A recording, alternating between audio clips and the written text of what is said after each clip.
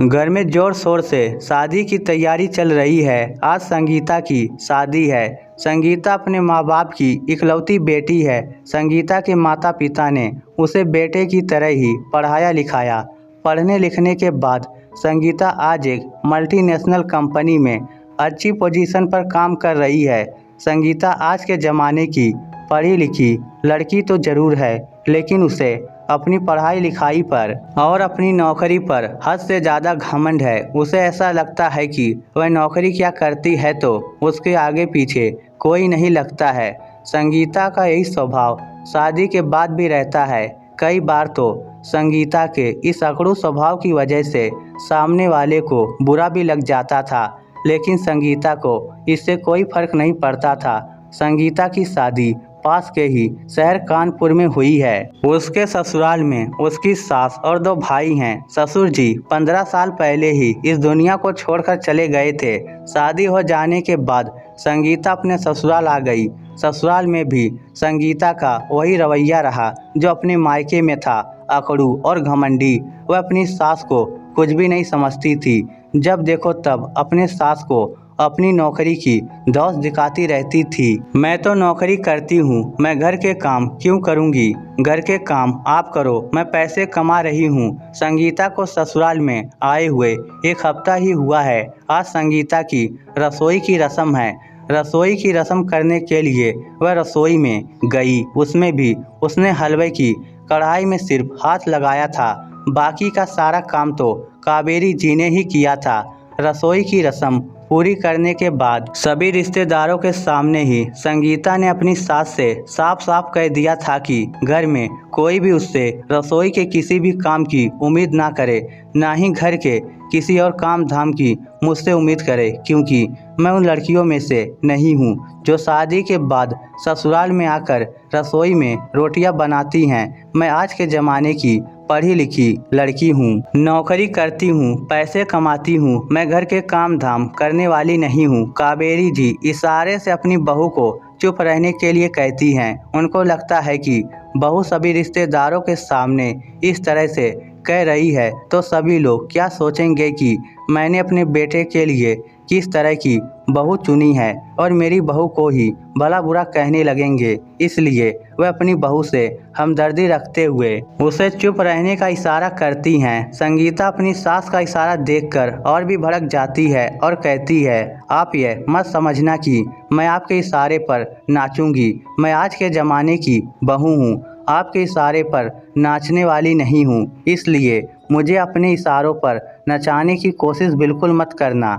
संगीता की बातें सुन करके बरामदे में बैठे हुए सभी रिश्तेदार, बुआ, मामी, ताई सब उसका मुंह ताकते रह गए कि कावेरी जी ने तो कुछ कहा भी नहीं और उनकी बहू ने उन्हें किस तरह से डांट दिया है। अपनी बहू की बातों को सुनकर कावेरी जी को भी थोड़ा अटपटा लगता है, लेकिन वह बातों को बदलते हुए कहती हैं, चलो चलो रसोई की रस्म के लिए देरी हो रही है। आखिरकार आज मेरी बहू ने सबके लिए मीठा हलवा बनाया है, तो सभी अपना मुंह मीठा कर मेरी बहू को ढेरों आशीर्वाद दीजिए। सभी बहू संगीता के हाथ से बने हुए हलवे को खाने लगते हैं। शादी में तो बहुत सारी रस्में होती हैं और बहुत सी रस्मों में बहू की ही ज़रूरत होती है। दूसरे दिन कावेरी जी अपनी बहू से कहती हैं, बेटा कल तुम्हारी मुंह दिखाई की रस्म रखी है, उसमें सभी रिश्तेदार आएंगे और सारे बड़े बूढ़ों को भी बुलाया है। मुंह दिखाई की रस्म के बाद सबके पैर छूने पड़ते हैं। मैंने सभी के पैर छूने के लिए शगुन के लिफाफे तैयार करके रख दिए हैं। कल मुंह दिखाई की रस्म हो जाने के बाद तुम लिफाफे देकर सबके पैर छू लेना। संगीता अपने कानों में लीड लगाकर गाना सुन रही थी। उसने अपनी सासू माँ की किसी बात को सुना ही नहीं। गाना सुनते सुनते वह अपने गर्दन को हिला रही थी। कावेरी जी को लगा शायद बहू ने उनकी बात को सुन करके हाँ कर दिया है। दूसरे दिन मुंह दिखाई की रस्म की जाती है। पूरा आंगन लोगों से भरा हुआ है। सारे रिश्तेदार बैठे हैं, आस पड़ोस के लोग भी बैठे हुए हैं। मुंह दिखाई की रस्म में सभी लोग बहू को अच्छे अच्छे उपहार देते हैं। बाद में मुंह दिखाई की रस्म के बाद कावेरी जी शगुन के लिफाफे लेकर अपनी बहू के पास गई और बोली, बेटा अब तुम्हें सबको ये लिफाफे देकर पैर छूने हैं। पैर छूने की बात सुन करके संगीता सभी के सामने कावेरी जी पर भड़कते हुए कहती है, आपने क्या समझ रखा है, मैं इतने सारे लोगों के पैर छूंगी, वह भी झुक झुक कर, मेरी तो कमर ही टूट जाएगी। मैं किसी के पैर नहीं छूने वाली हूँ। मैं पुराने ज़माने की सीधी सादी या आपकी तरह अनपढ़ गवार नहीं हूँ। मैं आज के ज़माने की पढ़ी लिखी लड़की हूँ, नौकरी करती हूँ, अच्छा खासा पैकेज कमाती हूँ और आप मुझसे उम्मीद कर रही हैं मैं इन सब लोगों के पैर छूँगी, वह भी झुक झुक कर। मुझसे यह सब नहीं होगा। आज फिर से संगीता ने सबके सामने कावेरी जी को खरी खोटी सुना दी।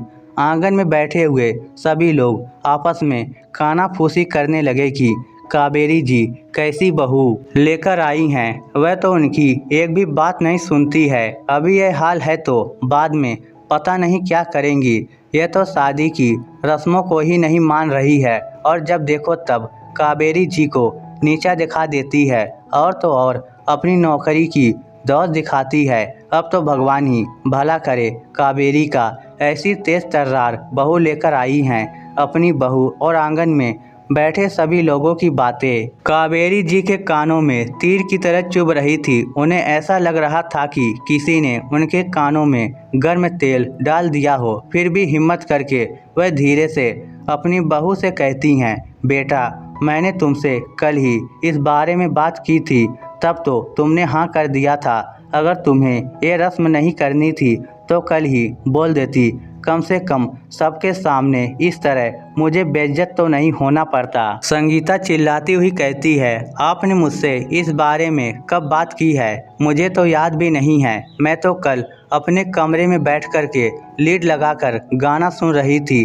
कावेरी जी को समझ में आ जाता है कि बहू ने उनकी बात को सुना ही नहीं था। तभी छत पर बैठा हुआ कावेरी जी का बेटा विनोद भी अपनी माँ और पत्नी दोनों की बातों को सुन रहा था।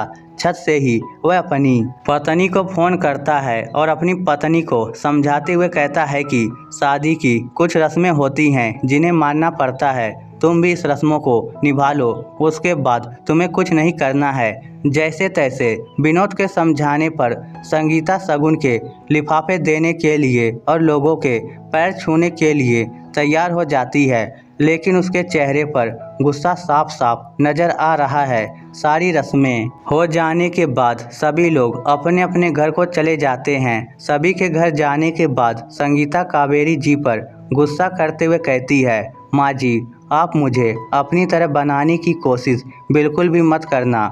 मैं अपने माँ बाप की इकलौती बेटी हूँ, बहुत लाड प्यार से पली हूँ, कभी किसी के पैर नहीं छुए हैं मैंने। आज तो आपने इतने सारे लोगों के पैर छुआ कर मेरी कमर ही तोड़ दी है। मेरी कमर में बहुत तेज दर्द हो रहा है। आज तो आपने शगुन के नाम पर अपनी चला ली है, लेकिन आगे से मुझ पर अपनी चलाने की कोशिश मत करना। तुम तो ठहरी अनपढ़ गवार तो इन रस्मों को मानोगे ही, लेकिन मैं इन रस्मों को नहीं मानती हूँ। कावेरी जी अपनी बहू को समझाने की कोशिश भी करती हैं कि बहू ऐसा नहीं होता है, पढ़ाई लिखाई अपनी जगह होती है और रीति रिवाज रस्मों को मानना भी अपनी जगह होता है। अगर हम चाहे तो सारी चीज़ों को एक साथ लेकर चल सकते हैं। ऐसा तो नहीं है कि हम एक चीज़ के लिए सारी चीज़ों को छोड़कर आगे बढ़ जाए। ये ज़िंदगी है, इसमें सब कुछ चलता रहता है। मैंने भी अपनी ज़िंदगी में सब कुछ किया है। कावेरी जी इतना बोल ही पाती हैं कि उनकी बात को काटते हुए संगीता कहती है, अब आप मुझे समझाएंगी कि मुझे क्या करना है क्या नहीं। मेरे भी क्या दिन आ गए हैं, अनपढ़ गवार भी मुझे लेक्चर देने लगी हैं। इतना कहकर पैर पटकते हुए संगीता अपने कमरे में चली गई। कावेरी जी को अपनी बहू का व्यवहार बिल्कुल भी पसंद नहीं आ रहा था। बहू के आ जाने के बाद भी कावेरी जी के घर के काम नहीं छूट रहे थे, क्योंकि बहू ने तो नौकरी के नाम पर घर के किसी भी काम को करने से साफ साफ मना कर दिया था कि आप तो घर पर बैठी रहती हैं, आप ही घर गृहस्थी संभालिए, मैं नौकरी करती हूँ, मुझसे ये सब नहीं होगा। एक दिन संगीता अपने ऑफिस के लिए जा रही थी। लेकिन हड़बड़ी में अपने ऑफिस की एक ज़रूरी फाइल डाइनिंग टेबल पर भूल गई। कावेरी जी अपने रसोई के काम को निपटाकर जब बाहर निकली तो देखा डाइनिंग टेबल पर एक फाइल पड़ी हुई है। वह उस फाइल को उठाकर खोलकर पढ़ने लगती हैं। तभी हड़बड़ाती हुई संगीता घर के अंदर प्रवेश करती है और अपनी फाइल को सासू माँ के हाथों में देखकर फाइल को छीनती हुई कहती है, तुम मेरी फाइल को खोलकर क्या कर रही हो? मुझे तो लगता है तुम्हें पढ़ना लिखना भी नहीं आता होगा, तो तुम्हें मेरी इस फाइल में लिखा हुआ क्या समझ में आएगा? तुम तो ठहरी अनपढ़ गंवार, अगर पढ़ी लिखी भी होंगी तो बस हिंदी पढ़नी आती होगी, इंग्लिश तो तुम्हें आती ही नहीं होगी। बहू की बातें कावेरी जी के दिल को चीर रही थी। आज उनका दिल कह रहा था कि वह अपनी बहू से अच्छे से कह दे कि वह अनपढ़ गंवार नहीं है, वह भी पढ़ी लिखी हैं, वह भी नौकरी, वह अपनी बात रखने वाली होती हैं कि बहू संगीता अपनी फाइल को छीनकर वापस से घर के बाहर निकल गई। आज फिर कावेरी जी कहते कहते रुक गई। एक दिन संगीता के मामा का फ़ोन उसके पास आता है और वह कहते हैं कि वह कानपुर शहर में ही आए हैं और तुमसे मिलना चाहते हैं, क्योंकि वह शादी में नहीं आ पाए थे। संगीता अपने मामा से मिलने के लिए खुश हो गई और उसने कहा कि वह घर पर ना मिलकर के किसी रेस्टोरेंट में मिल लेते हैं। उसे अपनी सास से अपने मामा को मिलाने में शर्म आ रही थी, इसलिए वह अपने मामा को घर पर ना बुला करके रेस्टोरेंट में बुलाती है और उधर ही विनोद को लेकर पहुंच गई। बातों बातों में मामा संगीता को बताते हैं कि इस शहर से उनका 15 साल पुराना रिश्ता है। 15 साल पहले भी वह कानपुर आए थे। उस समय इस शहर में बहुत ही निर्भीक और बहादुर सब इंस्पेक्टर हुआ करती थी। पूरे एरिया में उसका जलवा था। आसपास के लोग उनके नाम से ही डरते थे। बहुत ही ईमानदार और बहादुर सब इंस्पेक्टर थी वह। संगीता अपने मामा की बातों को बहुत ही उत्सुकता के साथ सुन रही थी और उसे लग रहा था कि वह सब इंस्पेक्टर के बारे में और भी बहुत कुछ जाने। वह मामा से कहती है, मामा क्या आप उन सब इंस्पेक्टर से मिले थे? आप उनको कैसे जानते हैं? हाँ संगीता, मैं उनसे मिला था और वह वाकया मुझे आज भी याद है। जब मैं अकेला कानपुर में हाईवे के पास से गुजर रहा था तो हाईवे के पास ही 3 से 4 लोग बैठे थे।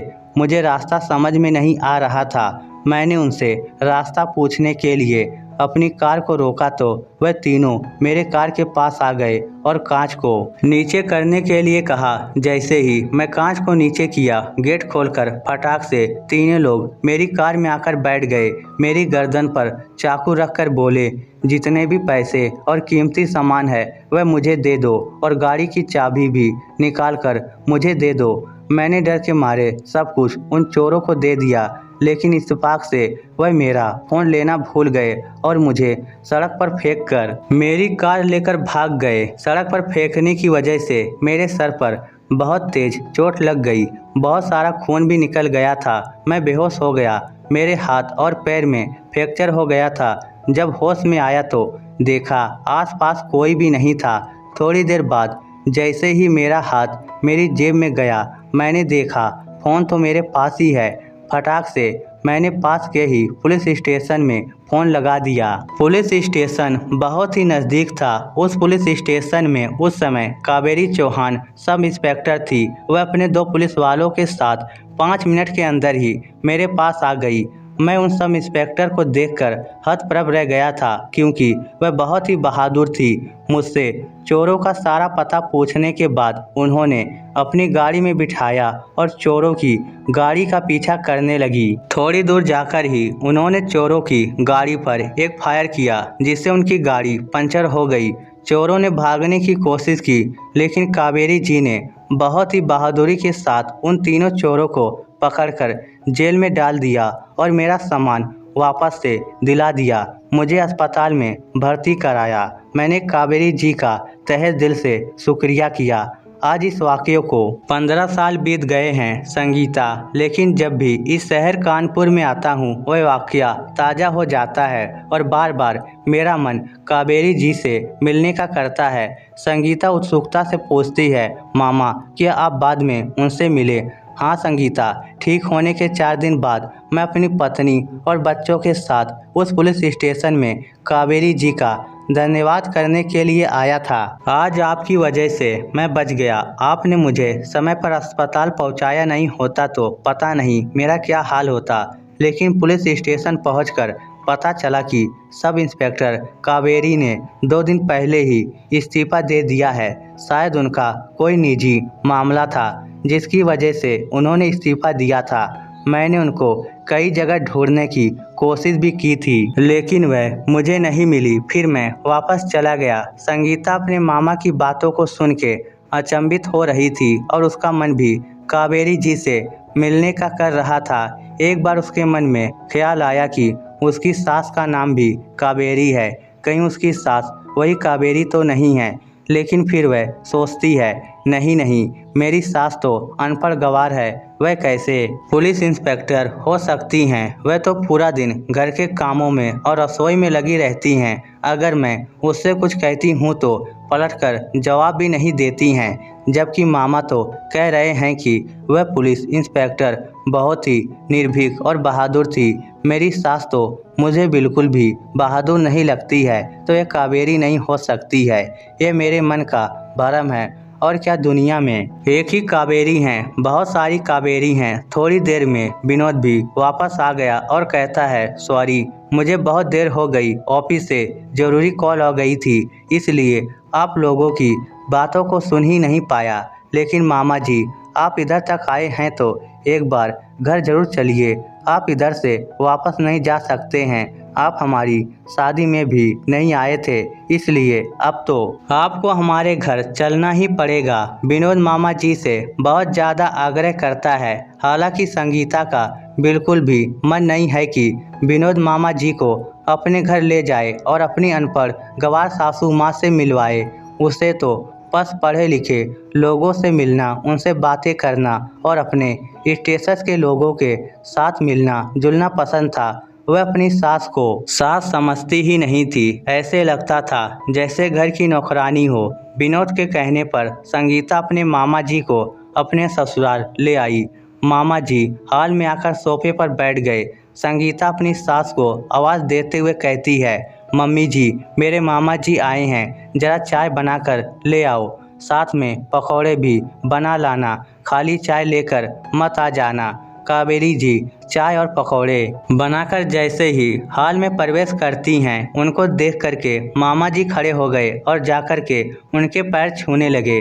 अरे कावेरी जी, आप, मैंने आपको कितना ढूंढा और आप मेरी संगीता की सास हैं, मुझे पता ही नहीं था। संगीता, तुमने मुझे नहीं बताया कि तुम्हारी सास ही सब इंस्पेक्टर कावेरी चौहान है। संगीता का मुंह मामा की बात सुनकर खुला का खुला रह गया। मामा, आप कैसी बातें कर रहे हो? मेरी सास कोई सब इंस्पेक्टर नहीं है, वह साधारण सी गृहिणी है, घर के सारे काम धाम करती हैं और आपको उनको देखकर लगता है कि वह सब इंस्पेक्टर होंगी। जरूर आपको कोई गलत फहमी हुई है। यह वह कावेरी नहीं है, कोई और कावेरी होंगी। नहीं नहीं संगीता, ये वही कावेरी जी हैं, सब इंस्पेक्टर कावेरी चौहान। मुझे उनका चेहरा बहुत अच्छी तरह से याद है। कावेरी जी चाय और पकौड़े की प्लेट को डाइनिंग टेबल पर रखते हुए कहती हैं, जी मैं ही सब इंस्पेक्टर कावेरी चौहान हूँ। आपने मुझे बिल्कुल सही पहचाना है। अपनी सासू माँ के मुंह से सब इंस्पेक्टर कावेरी चौहान सुन करके संगीता के होश उड़ गए। उसे तो समझ ही नहीं आ रहा था कि ये हो क्या रहा है। उसकी सास सब इंस्पेक्टर थी, जिसको वह पिछले 4 महीनों से अनपढ़ गवार समझ रही थी, वह अपने समय पर सब इंस्पेक्टर रही है। मैंने उनको कितनी बार अनपढ़ गवार कहकर अपमान किया है, कितनी बार अपनी नौकरी की धौंस दिखाई है, लेकिन मुझे नहीं पता था कि मेरी सास सब इंस्पेक्टर थी, वह भी नौकरी करती थी। तभी संगीता के मामा जी कहते हैं, शायद आप मुझे नहीं पहचान रही हैं, लेकिन मैं आपको बहुत अच्छी तरह से जानता हूँ। आपको याद है, एक बार आपने रात में मुझे चोरों से बचाया था और अस्पताल में भर्ती कराया था। अगर आप सही समय पर मुझे अस्पताल में भर्ती न कराती तो बहुत सारा खून बह जाने के कारण मेरी मौत भी हो सकती थी। ठीक हो जाने के बाद मैं फिर से पुलिस स्टेशन में अपनी पत्नी और बच्चों के साथ आपसे मिलने के लिए आया था और आपको धन्यवाद करने के लिए आया था, लेकिन आप मिली ही नहीं। आप मुझे उधर क्यों नहीं मिली और आपने इस्तीफा क्यों दिया था? अब तो संगीता की धड़कनें तेज होती जा रही थी। वह ये जानने के लिए उत्सुक थी कि क्या सच में उसकी सासू माँ सब इंस्पेक्टर थी, और अगर थी तो आखिर उसकी सासू माँ ने इस्तीफा क्यों दिया था। कावेरी जी कहती हैं कि तुम्हें बचाने के 2 दिन बाद ही मेरे पति का एक एक्सीडेंट हो गया था, जिसमें उनका देहांत हो गया। घर में मेरे 2 छोटे छोटे बेटे थे, साथ में मेरी बूढ़ी सास भी रहती थी, जिनकी तबीयत बहुत ख़राब थी। उनकी देखभाल के लिए किसी एक का घर पर रहना बहुत ज़रूरी था। जब मेरे पति थे तो वह घर की सारी जिम्मेदारी को बहुत अच्छी तरह संभाल लेते थे और हमेशा मेरा साथ देते थे। उन्होंने कभी ऐसा नहीं सोचा कि तुम नौकरी करती हो और मैं घर संभालता हूँ, जबकि मैं अपने पति का घर संभालने में पूरा साथ देती थी। ड्यूटी जाने से पहले घर के सामने सारे काम करके जाती थी, खाना बनाकर जाती थी, सासू माँ की दवाइयाँ निकाल कर रख जाती थी, बच्चों की टिफ़िन तैयार करती थी।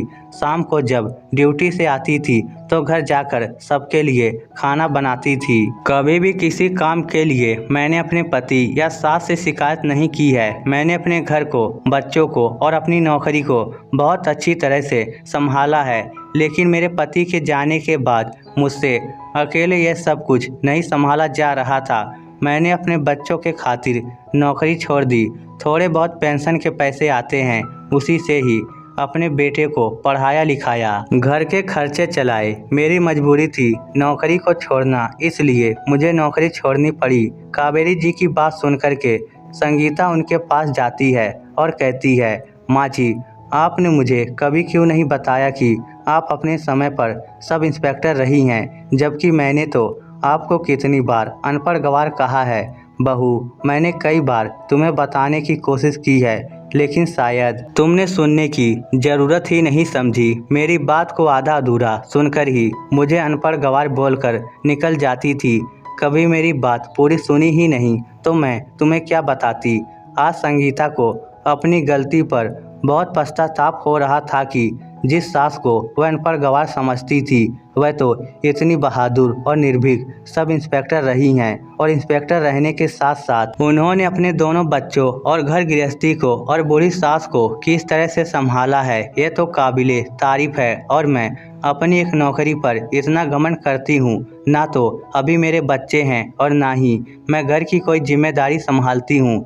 कितनी बार सासू माँ का मैंने अपमान किया है। संगीता अपने सासू माँ से माफ़ी मांगती है। माँ जी, मुझे माफ़ कर दो, मैंने आपको समझने में बहुत बड़ी गलती कर दी है। मुझे लगता था कि मैं ही एक नौकरी करती हूँ और अपनी नौकरी के आगे कभी किसी को कुछ समझा ही नहीं, लेकिन आप तो मुझसे बहुत आगे हैं। आपने अपनी नौकरी, अपने बच्चों, अपने परिवार को किस तरह से मैनेज किया है, मैं तो इस बारे में कभी सोच ही नहीं सकती हूँ। आप सच में बहुत महान हैं।